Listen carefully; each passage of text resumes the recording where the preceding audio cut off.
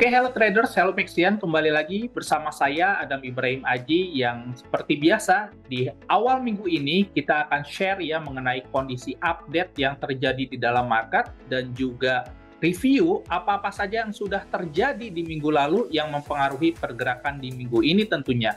Dan juga kita akan bahas secara teknikal dan juga fundamental apa saja fokus di pasar pada hari Minggu ini tentunya.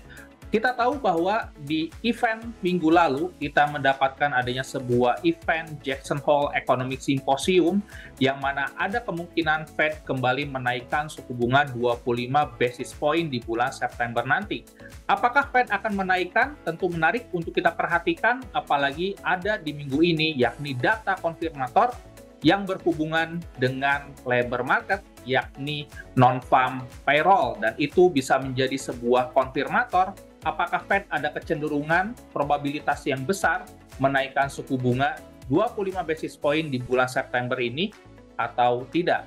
Mungkin saya akan share terlebih dahulu ya terhadap kalender ekonomi apa saja yang perlu kita perhatikan pada minggu ini tentunya, di mana fokus pasar itu akan langsung tertuju pada hari Jumat, tapi kalau menurut saya banyak sekali faktor yang perlu kita perhatikan secara data, tentunya karena kembali lagi bahwa di sepanjang minggu ini, setiap harinya itu akan rilis data US tentunya, dari mulai hari Senin, ada Fed Manufacture Dallas di sini, kemudian di hari Selasa ada data jobs tentunya, kemudian juga ada hari Rabu kita mendapatkan ADP tentunya, ini yang memberikan kontribusi terhadap NFP tentunya, dan juga data jobs di hari Selasa kemarin, dan juga kita akan mendapatkan data yang berkaitan dengan personal income dan juga personal spending, dan juga terakhir di hari Jumat itu ditutup oleh non-farm payroll. Jadi setiap harinya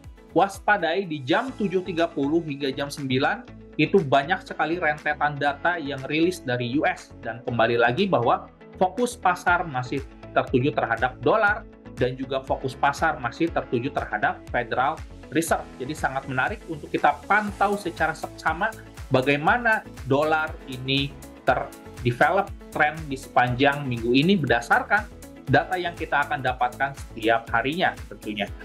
Kemudian dari sisi headline ya, kita mendapatkan adanya sebuah statement yang cukup relatif hawkish atau optimis ya mengenai kenaikan suku bunga. Bahkan Jerome Powell di sini mengutarakan statement yang relatif hawkish, yakni Fed bersiap untuk kembali menaikkan suku bunga, tapi itu jika diperlukan.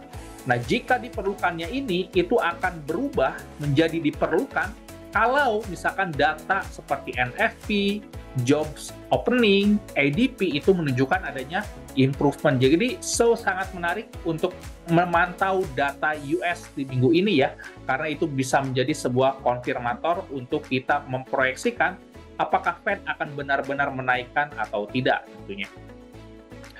Kemudian di pagi hari ini kita mendapatkan sebuah gap yang relatif signifikan ya tentunya, khususnya dari Hang Seng Index, di mana di hari Jumat ataupun over the weekend di minggu lalu ya, di hari Minggu tepatnya ya tanggal 25 di sini,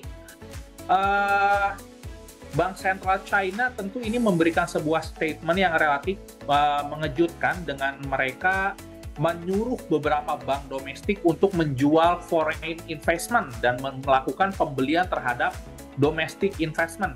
Dan ini merupakan suatu hal yang membuat Hang Seng itu mengalami gap yang relatif signifikan ya, karena adanya sebuah event di mana bank sentralnya itu menyuruh beberapa bank domestik melakukan pembelian terhadap lokal stok dan melakukan penjualan terhadap foreign stock tentunya.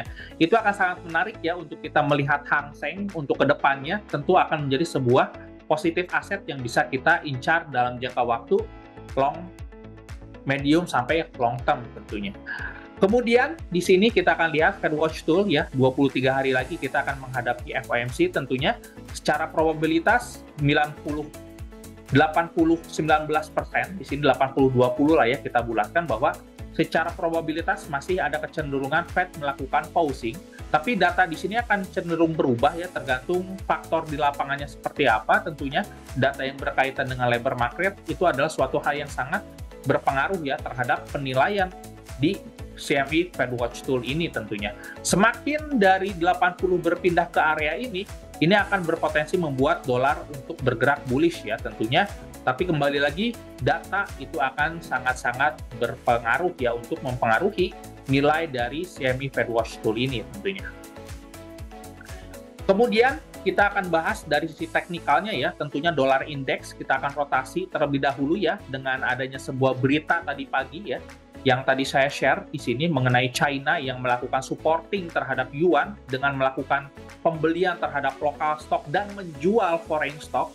Foreign stock di sini mungkin dalam bentuk dolar ya tentunya, dan ini mungkin bisa berpengaruh juga terhadap dolar untuk sedikit mengalami korektif ya. Kalau misalkan kita ukur dengan Fibonacci, mungkin dari sisi dolar itu akan bisa korektif balik ke area level ini ya, tentunya di 103.7 atau ke 103.8 ya di area ini tentunya. Ini merupakan sebuah golden ratio yang sangat mungkin sekali untuk direvisit oleh indeks dolar, dan sejalan dengan itu mungkin akan ada penguatan dari sisi Euro USD ya, dan kita bisa mendapatkan area ini merupakan sebuah area yang relatif sangat familiar dengan kita, yakni pattern double top ya di sini. Sorry, double bottom maksud saya ya. Kita bisa lihat di sini patternnya sudah mulai relatif tertembus ya dari sisi neckline-nya, dan mungkin ada potensi revisit naik ke level 1.08600 ya, menguji area resisten yang terdekat terlebih dahulu di area ini.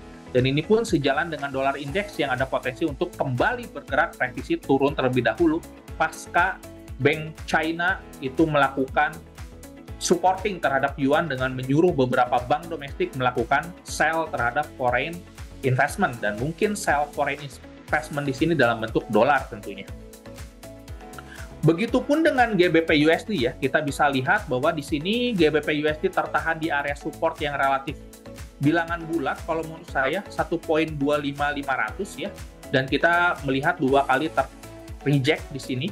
Dan sejalan dengan itu ada potensi kalau misalkan harga bertahan di area ini, ada potensi kembali revisit ke level 1.26500 ya, ke area ini tentunya. Dan kalau misalkan rekan-rekan sedikit ketinggalan, jangan cukup gegabah ya, karena secara risk reward ini tidak begitu menarik untuk kita mengambil karena sudah relatif ketinggalan di sini untuk kenaikannya relatif signifikan ya dari support di 1.25500 ini tentunya. Dan kalau misalkan kita lihat ya di sini gold tentunya, dari sisi gold mungkin relatif unik ya untuk gold di sini trennya masih cenderung bergerak naik, tapi waspadai ya ketika Jackson Hole Economic Symposium kemarin itu gold tertahan di level 1915 sebenarnya.